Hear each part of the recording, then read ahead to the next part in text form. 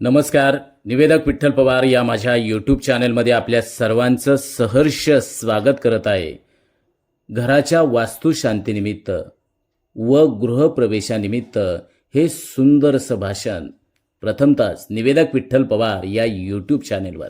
बांधवांनो, निवेदक विठ्ठल पवार या यूट्यूब चॅनलवर जर आपण नवीन असाल तर माझ्या यूट्यूब चॅनलला सबस्क्राईब करा, व्हिडिओ आवडल्यास लाईक करा, शेअर करा आणि कमेंट्स करायला विसरू नका. चला तर पाहूया घराच्या वास्तुशांतीनिमित्त गृहप्रवेशाच्या प्रसंगी हे सुंदरसं भाषण. नमस्कार. घर असावे घरासारखे, नकोत नुसत्या भिंती, तिथे असावा प्रेम जिव्हाळा, नकोत नुसती नाती. प्रेम जिव्हाळ्यानं बांधलेलं मनोहर पवार यांच्या घराच्या वास्तुशांतीनिमित्त प्रथमतः त्यांचं मी मनपूर्वक अभिनंदन आणि पुढील यशस्वी वाटचालीला मनापासून शुभेच्छा देतो.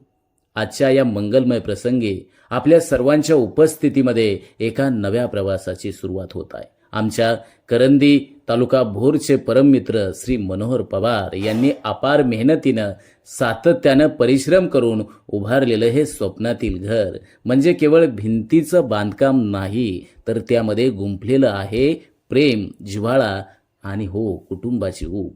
या शुभक्षणी इथे उपस्थित असलेल्या सर्व मान्यवर अतिथी, कुटुंबीय, मित्रपरिवार आणि समाजातील आदरणीय मंडळींचं मी मनापासून स्वागत करतो आणि आभार देखील मानतो की तुम्ही या आनंद सोहळ्यामध्ये सहभागी होण्यासाठी आपला अमूल्य वेळ या प्रसंगी दिलात.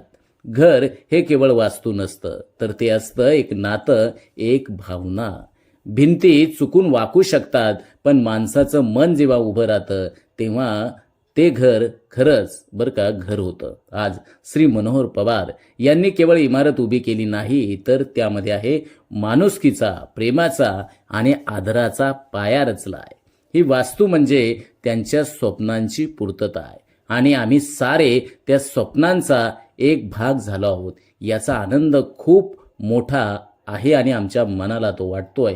आजच्या या शुभ दिनी मी ईश्वरचरणी प्रार्थना करतो की या घरात सुख, समृद्धी आणि समाधान, ऐश्वर अखंड नांदावं आणि या घरात येणाऱ्या प्रत्येक व्यक्तीला शांती, समाधान आणि अखंड आनंद लाभो. या वास्तूचा प्रत्येक कोपरा न कोपरा हा सकारात्मक ऊर्जेनं भरून जावा आणि ही वास्तू पवार परिवारासाठी यशाची पायरी ठरो. शेवटी या कार्यक्रमासाठी आम्हाला या ठिकाणी आमंत्रित करून आम्हाला मान सन्मान दिलात, त्याबद्दल मी पवार परिवाराचे मनापासून आभार मानतो आणि आपण दिलेल्या प्रेमाला, उपस्थितीला आणि शुभेच्छांना आमच्याकडून दुपटीनं प्रेम, आदर आणि सदिच्छा.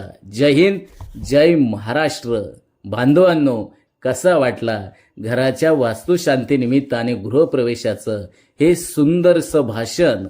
आपल्याला आवडलं असेल तर आपण लाईक करा आणि कमेंट्स मध्ये कळवायला विसरू नका की घराच्या वास्तुशांतीनिमित्त आलेल्या पाहुण्यांनी भाषण कसं करावं याचा नमुनेदार या ठिकाणी उदाहरण आपल्याला दिलेलं आहे. धन्यवाद.